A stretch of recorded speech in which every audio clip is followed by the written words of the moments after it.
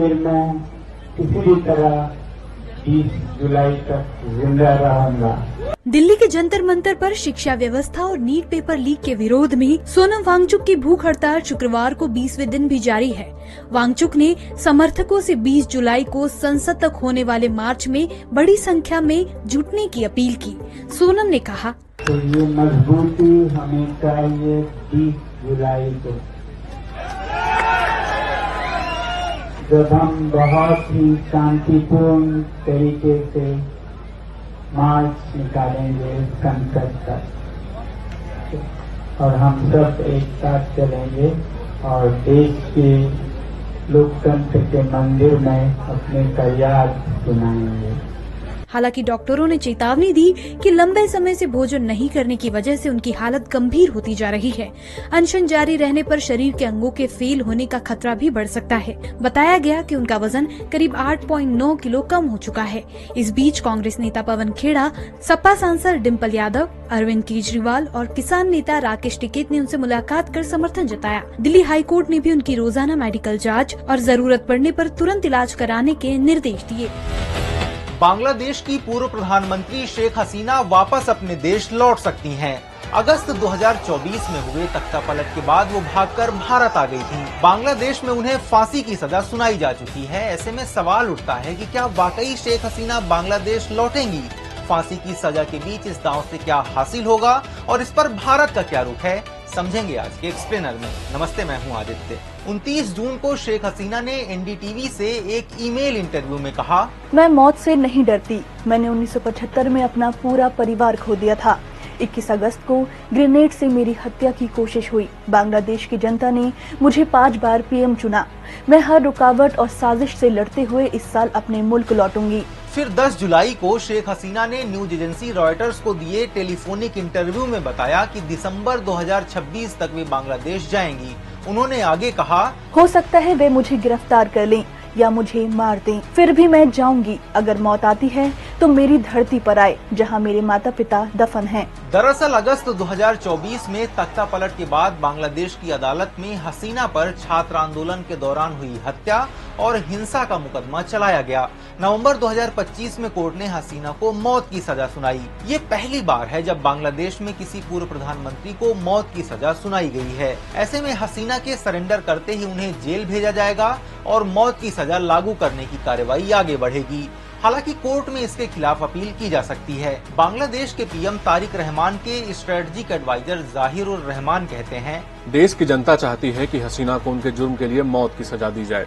उनके वापस आते ही इसे अंजाम दिया जाएगा। तो जब हसीना को फांसी की सजा हुई है, फिर वो लौटने का दांव क्यों खेल रही हैं? इसके पीछे सबसे बड़ी वजह है हसीना की बांग्लादेश की राजनीति में वापसी की कोशिश। दरअसल फरवरी 2026 में बांग्लादेश में चुनाव हुए। क्योंकि हसीना की पार्टी अवामी लीग बैन थी, इसलिए आसानी से खालिदा जिया की पार्टी बीएनपी जीत गई।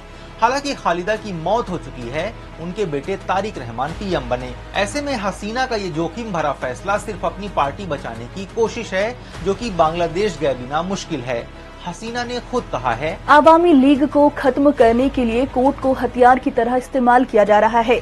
हमारे लोगों का उत्पीड़न हो रहा है। आग में तपकर सोना और खरा होता है। आवामी लीग भी मजबूत हो रही है। हालांकि एक्सपर्ट्स का मानना है कि भारत में हसीना के लिए अब और ज्यादा रुकना आसान नहीं है। ओआरएफ में स्ट्रेटेजिक स्टडीज प्रोग्राम के डिप्टी डायरेक्टर विवेक मिश्र बताते हैं, आखिर हसीना कब तक भारत में रहेंगी? भारत भले न कहे, लेकिन ये अब हम पर एक एक्स्ट्रा जिम्मेदारी जैसा है। बांग्लादेश और चीन नजदीक आ चुके हैं, इसलिए भारत की कोशिश होगी कि अब तारिक रहमान की सरकार से अच्छे रिश्ते कायम करें। तो क्या भारत हसीना को वापस भेज देगा? 14 जुलाई को विदेश मंत्रालय के प्रवक्ता रणधीर जायसवाल ने कहा, पूर्व पीएम शेख हसीना के मामले में हमारे रुख में कोई बदलाव नहीं आया है। प्रत्यर्पण का मामला कानूनी मुद्दा है, उसे उसी तरीके से निपटा जाएगा। दरअसल 2013 में भारत बांग्लादेश के बीच प्रत्यर्पण संधि हुई थी, जिसके मुताबिक अगर दोनों देशों में किसी देश के अपराधी को कम से कम 1 साल की सजा मिले और अपराध ऐसा हो जिसमें दोनों देश के कानून में सजा का प्रावधान हो, तो प्रत्यर्पण हो सकता है। हालांकि संधि में 3 ऐसे आर्टिकल हैं जिसके जरिए भारत हसीना के प्रत्यर्पण से इनकार कर सकता है। पहला, अगर अपराध राजनीतिक हो। जिस व्यक्ति के प्रत्यर्पण की मांग है उस पर दूसरे देश में भी कोई मामला चल रहा हो, अगर आरोप सद्भावनापूर्ण न्याय के लिए नहीं अनुचित तरीके से लगाया गया हो। इस बीच बांग्लादेश सरकार ने कई दफा प्रत्यर्पण का अनुरोध किया है। विवेक मिश्र कहते हैं, बांग्लादेश में अब स्थायी सरकार है, भारत अब इसे ज्यादा देर तक टाल नहीं सकता। ये बात शेख हसीना भी समझती है। आज के एक्सप्लेनर में इतना ही। कल शाम 6 बजे एक और जरूरी विषय पर देखिए एक्सप्लेनर। ओडिशा की पुरी में बारिश के बीच भगवान जगन्नाथ की रथ यात्रा में करीब 10 लाख श्रद्धालु शामिल हुए। इस दौरान 2 श्रद्धालुओं की मौत हो गई। हालांकि राज्य सरकार ने साफ कहा है कि ये मौतें भगदड़ की वजह से नहीं बल्कि स्वास्थ्य संबंधी कारणों से हुई हैं। सीएमओ के मुताबिक तबीयत बिगड़ने पर 7 श्रद्धालुओं को अस्पताल ले जाया गया था। इनमें एक की मौत हार्ट अटैक से हुई, जबकि दूसरे श्रद्धालु की मौत के कारण की जांच की जा रही है। शाम करीब 5 बजे बारिश थमने के बाद बड़ी संख्या में श्रद्धालु रथों के पास पहुंच गए। इससे कुछ जगहों पर धक्का मुक्की की स्थिति बनी और भीड़ काफी बढ़ गई। देर शाम तक भगवान जगन्नाथ का रथ 200 मीटर, भगवान बलभद्र का 500 मीटर और देवी सुभद्रा का रथ 700 मीटर आगे बढ़ने के बाद रोक दिया गया। प्रशासन ने श्रद्धालुओं से व्यवस्था बनाए रखने और सुरक्षा निर्देशों का पालन करने की अपील की है। कोलंबिया में ऐसी गुल्लक बनाई गई जिसके अंदर लोग घूम सकते हैं। वहीं अमेरिका में अजगर पकड़कर लाने वालों को फ्री में पिज्जा मिल रहा है। मैं हूं मधुलिका। खबर हटके में जानेंगे ऐसी ही कुछ रोचक और वियर्ड खबरें जो आज चर्चा में हैं। ये है दुनिया की सबसे बड़ी गुल्लक, जो सिर्फ पैसे रखने के लिए नहीं बल्कि घूमने के लिए भी बनाई गई है। कोलंबिया में मिट्टी से बनी इस गुल्लक का वजन 30 टन है। इसकी ऊंचाई 29.5 फीट और लंबाई 34 फीट है। गिनेस वर्ल्ड रिकॉर्ड्स में इसे दुनिया की सबसे बड़ी गुल्लक का दर्जा दिया गया है। इसमें लोग सिक्के भी डाल सकते हैं। इसमें जमा होने वाला पैसा बेसहारा जानवरों की देखभाल पर खर्च किया जाएगा। गुल्लक के अंदर गैलरी बनाई गई है। वहीं इसकी नाक पर बने व्यू पॉइंट से आसपास के पहाड़ों का नजारा भी देखा जा सकता है। अमेरिका का एक रेस्टोरेंट लोगों को अजगर के बदले फ्री में पिज्जा दे रहा है। फ्लोरिडा में हर साल पाइथन चैलेंज आयोजित किया जाता है, जिसमें लोग अजगर पकड़कर जंगलों से हटाते हैं।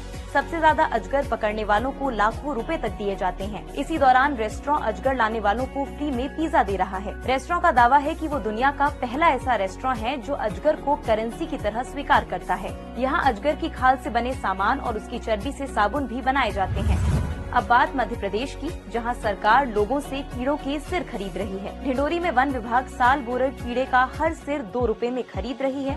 अब तक करीब 10 लाख कीड़े के सिर जमा हो चुके हैं, जिनके बदले 20 लाख रुपए दिए जाएंगे। तो आखिर इन कीड़ों को पकड़ने की वजह क्या है? साल बोरर कीड़ा सरई के पेड़ों को अंदर से खोखला कर देता है। इन्हें पकड़ने के लिए पेड़ों की छाल पीटी जाती है, जिसकी गंध से कीड़े बाहर आ जाते हैं। फिर ग्रामीण उन्हें वन विभाग को सौंप देते हैं ताकि जंगल बचाया जा सके। तो ये थी आज की कुछ रोचक बातें।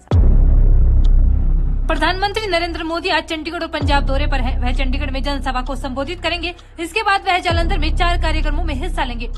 चंडीगढ़ के आने के बाद वो सीधे आदमपुर लैंड करेंगे। आदमपुर लैंड करने के बाद पीएम मोदी पीएपी आएंगे। पीएपी और यहाँ पे हेलीपैड बना हुआ है, इसी रास्ते से PM Modi by road Jalandhar cantt railway station जाएंगे। जालंधर में देश के 75 अमृत भारत योजना वाले रेलवे स्टेशनों का उद्घाटन करेंगे और प्रमुख डेरों के संतों से मुलाकात करेंगे। इससे पहले हरियाणा के जींद में उन्होंने देश की पहली हाइड्रोजन ट्रेन को हरी झंडी दिखाकर रवाना किया। इसी बीच पीएम के दौरे से पहले ही चंडीगढ़ में पंजाब हरियाणा सिविल सचिवालय को बम से उड़ाने की धमकी मिली है, जिसके बाद पुलिस बम निरोधक दस्ते ने पूरे परिसर की तलाशी ली और सुरक्षा बढ़ा दी गई है और जालंधर के स्कूलों में छुट्टी घोषित कर दी गई है। मासूम को जबड़े में दबोचकर निवाला बनाने वाले मगरमच्छ का वीडियो बहराइच से सामने आया। मगरमच्छ ने एक के बाद एक कई बार बच्चे को पानी में पटका।